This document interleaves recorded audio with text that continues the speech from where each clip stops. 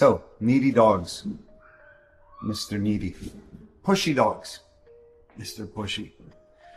Are needy, pushy dogs born that way, or do we make them that way? And the answer is yes to both. Dogs are inherently needy creatures.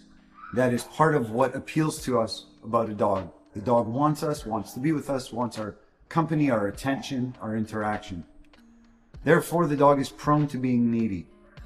Where it becomes harmful is when it becomes unhealthy, meaning the dog gets easily frustrated, exasperated without our constant interaction, attention, fawning over them. People do this far too often for the wrong reasons, and they reinforce all the wrong behaviors in the process. So, with Blue, who's in for training, he's been here about 2 weeks now. I put up a post showing that he was just a blur in the background, chilling out on his place. And someone asked, are they born needy? Do we make them needy? And I thought it would be fun to make a video on this. I've got my lunch, I've got my iPad. I'm not actively training my dog right now. I'm talking to the camera, and I've got all these things here, not because I plan to eat on camera, although I might a little bit, just to sell it to the dog that we're really not in training. And I'm doing all of this because a dog's training should encompass more than just what looks like classroom time. That's how it starts. And then we have to build things out to where it represents more of a real life use case, how we might use our training. So that's why I've set all this up here. Now, when you have a dog and when you are an animal lover, you are prone to creating a needy dog very often without realizing it. Just sitting down watching a TV program, or the dog is by your feet while you're doing whatever, and there's a lot of this. And then if you go on Instagram and TikTok and all these other things, people post about how the dog mirrors them going to the bathroom, the dog shadows them, they can't go into the fridge for something, they can't. It's not healthy. It's normal for our dogs to be interested in us, it's normal for our dogs to want to be with us.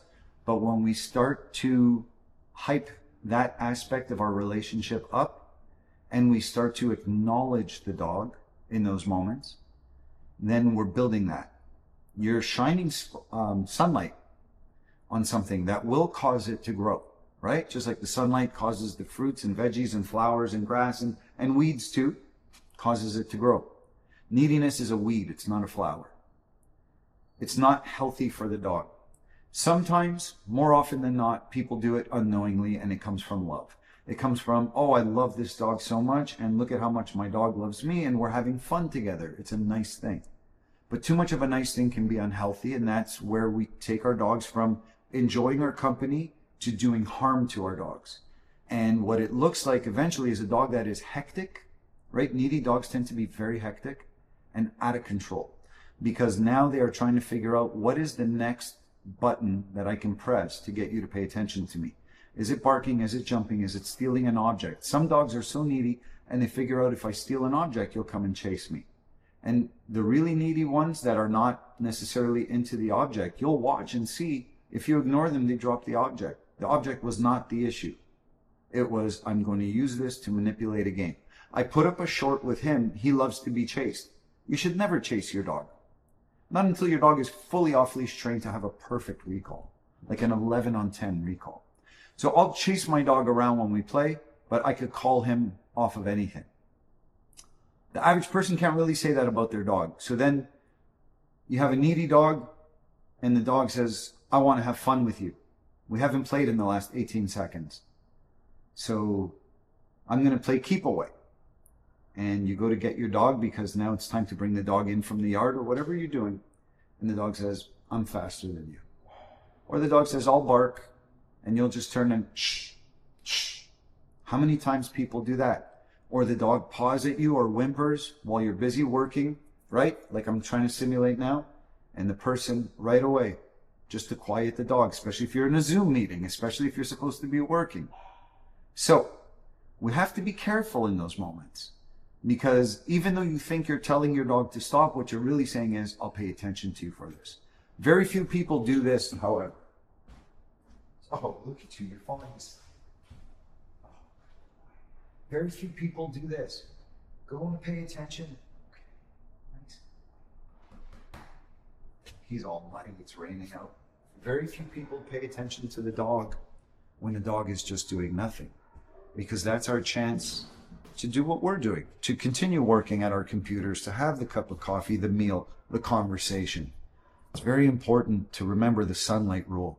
Whatever you pay attention to, whatever you share, take out your wallet and share your currency with your dog, that's going to grow.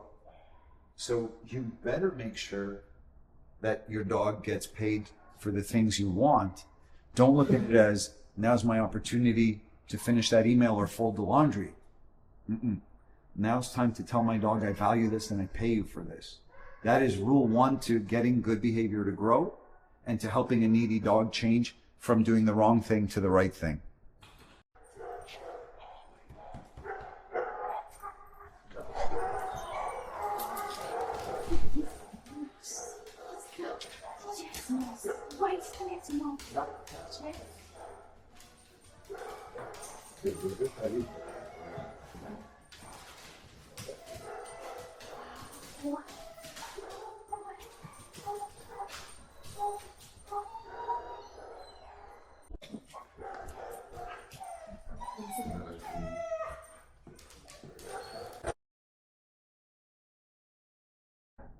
Just staying still, just that alone, with no outside interference, was already challenging for him. When his owner brought him in for a consult, the dog was climbing all over the counters. The dog could not sit still for a moment. If I took the leash and just sat on this stool and kept the dog with me, the dog was screaming for the owner's attention because he's used to constant attention. Attention because the owner loves the dog. Attention because the owner derives satisfaction from interacting and being emotive with his dog. And then attention also for doing all the wrong and naughty things. And so the dog is just being rewarded all day long. He's settled down now, so now I want to make sure I go back and show the dog we pay for this. So now remember what I said about needy dogs. They're needy because they have a huge need for social interaction. So now I'm healing with Blue. He's walking nicely on a loose leash, which was not the case when he came in for training. That was one of the big prompts for his owner to get him into training. Watch what happens. I already have the obedience, but watch what happens to the performance and watch what happens to the dog's engagement and his passion when I start to interact now. Oh, nice. Oh boy. Well, that's a good dog. Yeah. Did you see as I started to straighten up, he slowed his cadence to adjust to my body and he checked himself. He's engaged. He wants to be here. He wants to be working. He doesn't look, watch, I'm talking to the camera. Dog keeps checking with me. He doesn't have his nose to the ground. And this is a kennel after all. There's a lot of scent. Good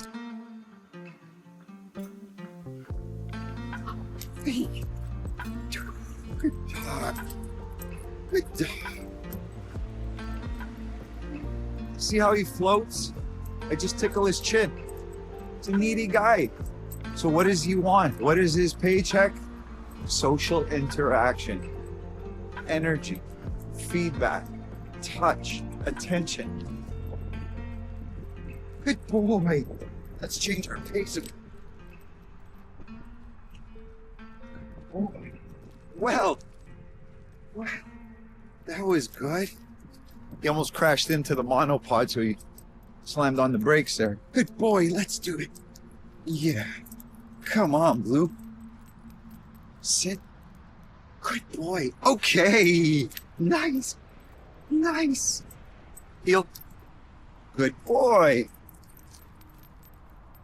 So there's your needy dog and your pushy dog, and you flip it around. It's not that we won't give you attention. It's not that we don't want to give you attention. These are the conditions under which we will pay you. It becomes a win-win. It's windy today. So another big challenge for this guy is he's a counter surfer, steals food like crazy. So I brought 2 lunches. Okay, pizza, pasta. I don't eat all this usually at once. Don't listen to what Nick says.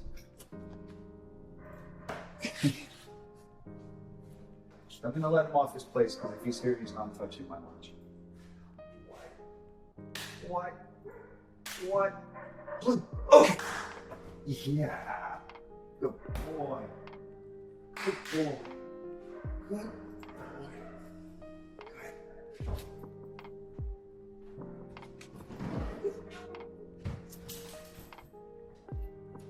So I'm gonna make sure he knows what I have here.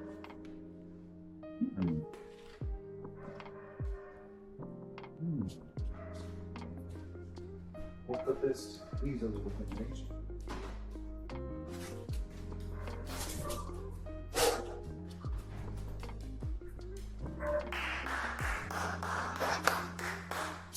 Do you want to play? Is that what's going on?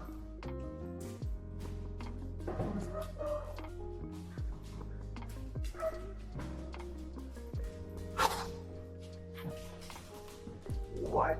I agree.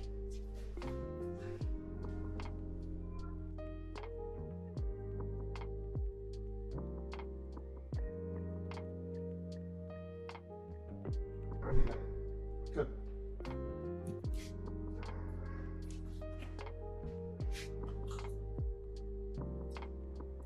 Half of the meat sauce is over there. I'm going to tear this. Leave it. What's this one? Mm-hmm. Enjoy. I'm going to put this one on the chair. Don't show the dog that you're actively training. Try to, when you're at the right point in your work with your dog, make it look like you're doing something else, just like you do it now. This is probably one of the most common things a lot of us do. We look at a screen. Show the dog that training still goes on, control still goes on, rules still apply.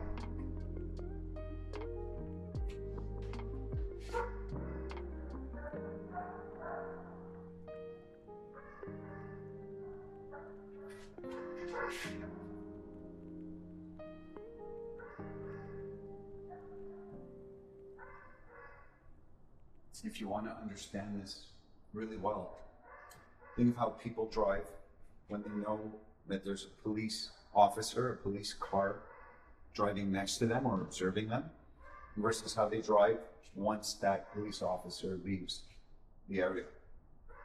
It is 2 different contexts where someone says, I have an opportunity to do something, or I'm more likely to be called out on my behavior. So I try to make the training start to look as mundane, realistic, day-to-day life as possible so that the dog doesn't just test well in our test lab, but the training applies well to our day-to-day needs. So having things out well within reach, same thing for the bowl of pasta over there.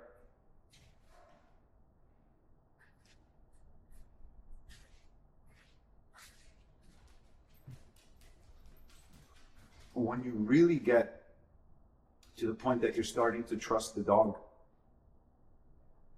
you can try leaving, you can try leaving the room, but you are exposing yourself to risk and you have to know when the right time for that kind of move in your training is.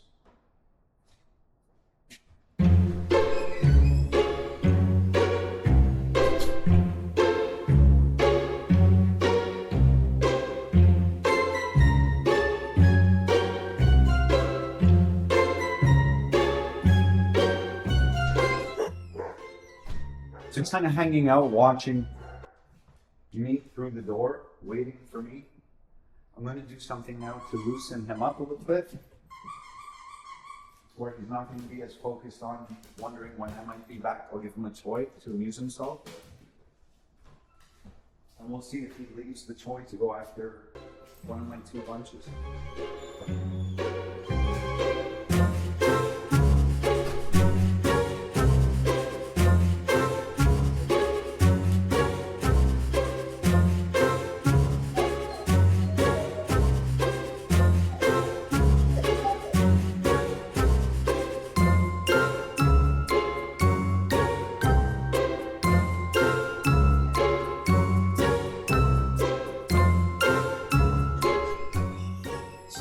trainer, I loved it. Not only did he not, good boy, come on, good. Not only did he not go back after the food, but he actually missed me. Okay, so about the neediness, look at how that even spoke to me. Oh, he wanted me, right? And then it put a smile on my face. You see how easy it is to fall into that? Now, if he was my dog and I went to the bathroom and he's waiting outside the door and I go, oh, buddy, you really love me. And I start to accentuate that, that could become a bad thing very easily.